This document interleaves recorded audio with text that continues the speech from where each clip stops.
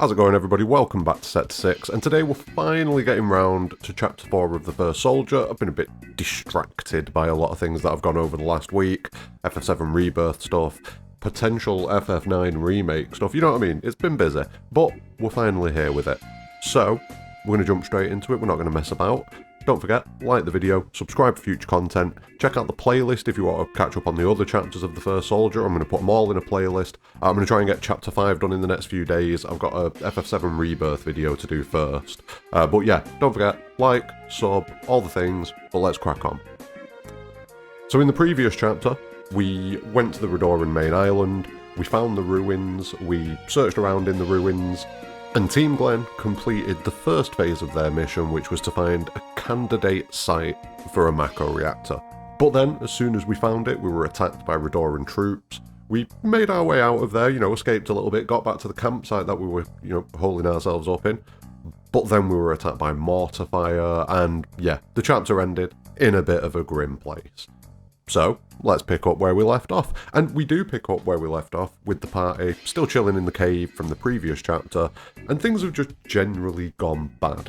They're still under fire, there's still explosions going off. Matt's resorted to going through the Fibonacci sequence, I think it was, and just being a nerd in general, just try and calm himself down. Lucia is very much of the opinion, should we leave? But Glenn's pretty adamant, yeah, we shouldn't do that. His gut tells him that you shouldn't do that. And everyone's quite trusting of Glenn's gut at the minute, so, it's not done them wrong up to this point, they've done well. So they follow along with him, and the team pushes deeper into the cave system with the intention of finding another exit. Now they keep on going through the cave system, they encounter a variety of enemies, none of which were Balwar as far as I can remember. I think this is the first chapter that we've not fought a Balwar, so I'm very happy about that. But there are some Redoran remnant troops who manage to keep up and chase the party down.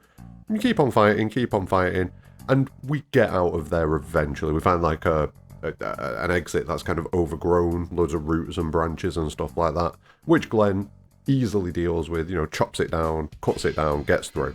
So the team burst out of the cave thinking, right, where are we? And it turns out they pretty much stood about 50 feet away from where they were stood when they first got attacked by Redoran troops, when we got attacked in the previous chapter by a big red robot. You can still see that in the background, just kind of lay there twitching. So this hasn't gone the best. This was not the best option. And quite quickly the team's surrounded, under heavy fire. It's not looking good. Team Glenn could be about to be snuffed out. Until baby Sephiroth arrives. Little baby Sephiroth. Little teeny tiny baby Sephiroth. And little teeny tiny baby Sephiroth demolishes everything. First he goes in with his sword, chops them all up, deals with the first wave of Redoran troops. And then after that, a load more of them start driving through the trees. There's a big backup surge of Redoran troops, that are coming in to finish the job on Team Glenn. Yeah, they get incinerated. Sephiroth's just no, I'm not happy about this. I'm going to get some Nibelheim practice in. And just napalms an entire forest, it would seem. So, yeah, the Redorans, they don't have the best time. They do not have the best time. But eventually we get a bit of a chat between Glenn and Sephiroth, and Sephiroth's I'm going to stay here and clean this mess up, kill these other troops. You guys go sort that cave out and we'll get back to the camp. So the mission is, get back to camp. Sephiroth stays behind, takes out all of the enemies, while Team Glenn head back into the cave system. And this is where we get to do a little bit of explorification. We run around a little bit. But before any of that, we get a little bit of chat about Professor Hojo's soldiers. Because the team are a little bit taken aback by this kid, as Glenn refers to him, just turning up and just destroying everything in front of him. So we have a little bit of chat, and Matt refers to them as active model soldiers rather than passive model, like Team Glenn. So the active model soldiers have had their bodies modified and have had additional physical capabilities given to them by the modifications that they've had, and they've also got a higher affinity with materia. So just in general, more powerful. Just generally more powerful. Now Glenn doesn't like this. Glenn sees this as... He sees them as weapons. He views them as a tool created in a lab to be used. That's how he views them, and I mean, Hojo wouldn't disagree. But Glenn also refers to them as cheaters because they've not been through the same strenuous training that, normal soldier grunts have been through. You know, these special soldiers, these test tube soldiers essentially, haven't gone through the same kind of rigorous training that they've all gone through to prove themselves as, you know, worthy of the job. But they carry on exploring, they hunt through the caves, they clear out a load of enemies, a load of monsters, and eventually, after we delve through the cave a little bit further, we stumble across our old friend Stamp again. You know, that giant monster that has been attacking us for like the last 3 chapters now. It swam across a bleeding ocean to follow us. Like, it's not happy. It's not happy with us. I don't know what's going on, but it is pissed, and it's chasing us. And here it is again. We slap it around a bit, we beat it, obviously, but it escapes. So, you know, I think we're going to get to see Big Stamp again. I think we're going to get to see that one again. So, quite happy about that. I think this is Glenn's nemesis, maybe? No, it's going to be Sephiroth, isn't it? But I think Stamp comes in a close second place, and I appreciate it. I appreciate it. Once Stamp runs away and all the enemies have been cleared, the team makes it back to their original campsite in the cave that's kind of overlooking the ruins, the one that we were in previously, and they hook back up with Sephiroth. And he delivers the news that he's going to be taking over command of the team, that he's been sent there to take charge, with the intention of clearing out the rest of the Redoran resistance. That's the plan. Now Glenn, obviously, not happy about this. Matt and Lucia, pretty chill about it. They're just like, alright, cool. Whereas Glenn kind of gets all angry and starts stomping up to Sephiroth, and we all know that'll end badly. And Glenn just flat out calls him a cyborg and tells him that he'll never be one of them because he hasn't gone through the same things that they've gone through. And Sephiroth's just like, bro, I don't give a shit. Do as you're told. I don't care what you feel. Shut up. Which Glenn kind of does. He promptly does shut up, let's be fair. He kind of gets the vibe that Sephiroth could probably cut him in half in an instant if he wanted to, and he's not wrong. So, you know, he chills a little bit. But Sephiroth points out that they've got a mission to do, the 4th part of this mission, which is to get rid of the Redoran resistance that remains. And Glenn's a little bit shocked. He says, what, just you and us 3? And Sephiroth's like, you heard me, bitch. So Sephiroth's coming here and it's literally just him, because Glenn, Lucia and Matt, they ain't going to do shit with Sephiroth in the field. Sephiroth, I mean, it was proven by the events of this chapter. Like, the 3 of them are pinned down by a couple of squadrons, and Sephiroth just turns up and just goes, no, and just deletes all of them from existence.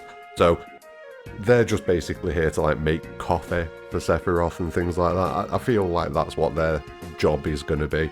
Oh, would you like some coffee, Mr. Sephiroth? Oh, would you like a snack, Mr. Sephiroth? So, yeah.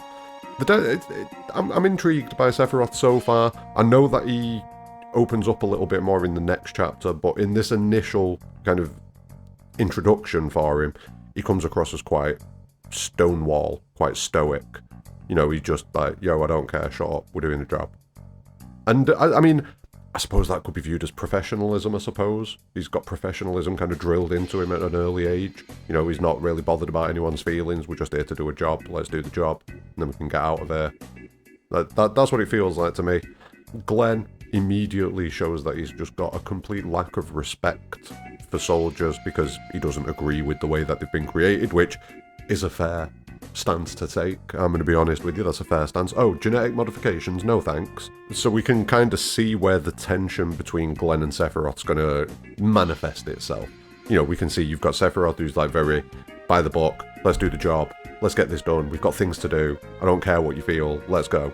And then you've got Glenn who's very much all about his feelings and talking and all that sort of business, and he's friendly, he plays around, he jokes about, that sort of thing. So I think the way that we'll probably see this pan out is we'll see Glenn kind of bring Sephiroth out of his shell a little bit. You know, young Sephiroth will kind of maybe gravitate towards Glenn a little bit as he gets to know him a bit more, but then Sephiroth will do something that has to be done, and Glenn won't be happy about it.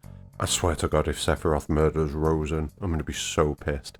If Sephiroth murders Rosen and that's what causes this, I'm going to be real pissed. I kind of feel like that could end up being what it is. Like, this could make Sephiroth completely irredeemable. Like, I will never forgive him if he kills Rosen and leaves that dog without his boy. Oh, I'll be furious. But yeah, I kind of feel like that could be the way that this ends up going. Glenn and Sephiroth, they'll get close. Sephiroth will be like, oh, this guy's pretty cool. And Glenn will be like, oh, this kid's not so bad. And then eventually they'll both realise, like, oh, he's not cool, and oh, he is pretty bad. I can just sense that's the way it's going to go. It's going to be to do with Rador. It's probably going to be to do with the boy, I would guess. I get the feeling that this whole story is going to centre on the events of Rador and it disappearing. Because by the time we get to Final Fantasy VII, of course, it's not there. So it kind of has to disappear. And I kind of think it's going to be a bit messy when it does. But anyway, that's Chapter 4 of the First Soldier done. And it's progressing as I expected. It's cool seeing young Sephiroth. It's cool seeing him drop into the story. And I'm looking forward to seeing this relationship between Glenn and Sephiroth. Like I say, I've kind of planned out how I think it's going to go. And I'm intrigued to see how it pans out. What do you think is going to happen? I mean, some of you might be a chapter ahead of me. But still, let me know what you're thinking about the whole Glenn Sephiroth thing, because it's probably going to be the most interesting aspect of this story, other than Rador itself and finding out how that goes. I mean, to be fair, it kind of looks like Rador's already kind of done. They're just clinging on at the minute. And I would guess that this macro reactor doesn't get installed, because, again, it's not something that we see in the OG. I suppose you could argue that we don't need to see it, so we don't see it, so they could retcon it in. But I've got a feeling that it's not going to get finished. But yeah, let me know what you're thinking about the story so far in the comments below. Drop a like on the video, subscribe for future content, but more importantly than all of that, have a great day.